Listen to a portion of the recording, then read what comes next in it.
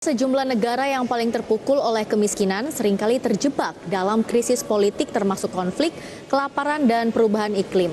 Di mana hal tersebut menjadi faktor pemberat yang dapat membuat masyarakat terjebak dalam lingkaran kemiskinan akibat sumber ekonomi yang tidak memiliki infrastruktur memadai guna menopang produktivitas. Lantas, negara mana saja yang termiskin di dunia? Berikut informasinya di segmen IDXtainment.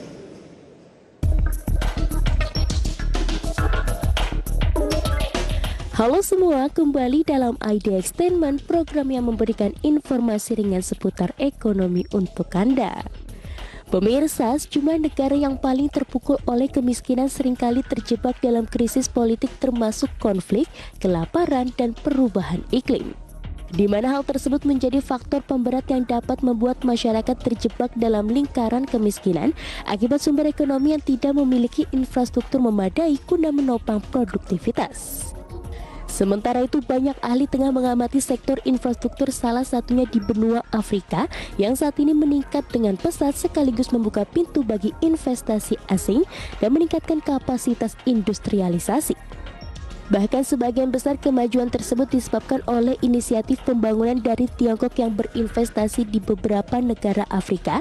Kemudian bukti lain dari potensi Afrika ialah bagian yang sangat besar dari kaum milenial di benua hitam.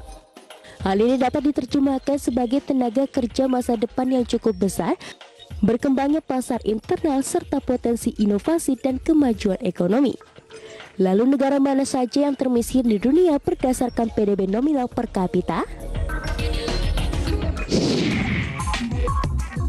Pertama ialah Burundi, yang merupakan negara kecil terkurung daratan yang diliputi oleh konflik etnis Hutu-Tutsi serta perang saudara. Bahkan sekitar 90% dari hampir 12 juta warganya bergantung pada sektor pertanian subsisten.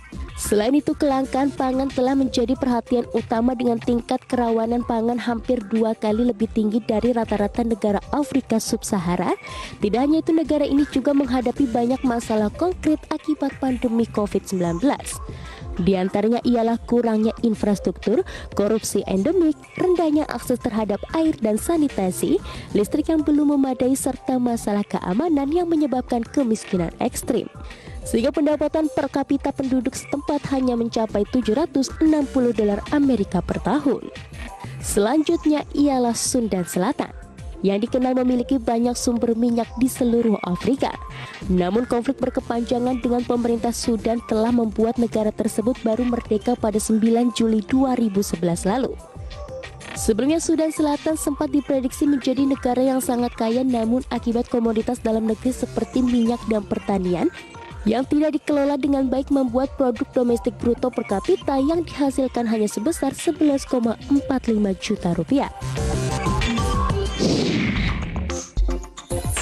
Negara termiskin di dunia berikutnya adalah Somalia, di mana kekeringan yang berkepanjangan membuat negara tersebut mengalami konflik perang saudara yang tidak pernah selesai, bencana alam yang terjadi silih berganti, dan banyak masalah yang membuat masyarakat setempat tidak mampu memenuhi kebutuhan sektor pangan mereka. Selain itu, pandemi COVID-19 juga menjadi faktor pendukung kemelaratan yang diderita oleh warga Somalia, dengan tingkat PDB per kapita yang mampu dihasilkan hanya sebesar 13,1 juta rupiah. Kemudian ada Republik Afrika Tengah yang merupakan negara yang sangat kaya akan emas, minyak, uranium, dan berlian. Namun setelah mengklaim gelar termiskin di dunia selama 1 dekade terakhir, negara berpenduduk 4,75 juta orang ini justru sempat menunjukkan beberapa tanda kemajuan. Sementara itu, perjuangan pemerintah dalam memulihkan penjualan nyatanya hanya memperoleh sebagian kecil dari pendapatan negara, sedangkan sisanya sekitar 70% penduduk masih hidup di bawah garis kemiskinan. Adapun aturan lockdown dan tindakan lain saat pandemi yang diambil oleh pihak setempat juga ikut membuat masyarakat tidak dapat memperoleh penghasilan. Terakhir ada salah satu negara terkecil di Afrika, Malawi, yang telah membuat kemajuan dalam peningkatan pertumbuhan ekonomi dan melaksanakan reformasi struktural yang penting dalam beberapa tahun terakhir. Meski demikian, kemiskinan masih melanda luas di beberapa wilayah serta ekonomi negara yang tetap rentan terhadap perubahan iklim.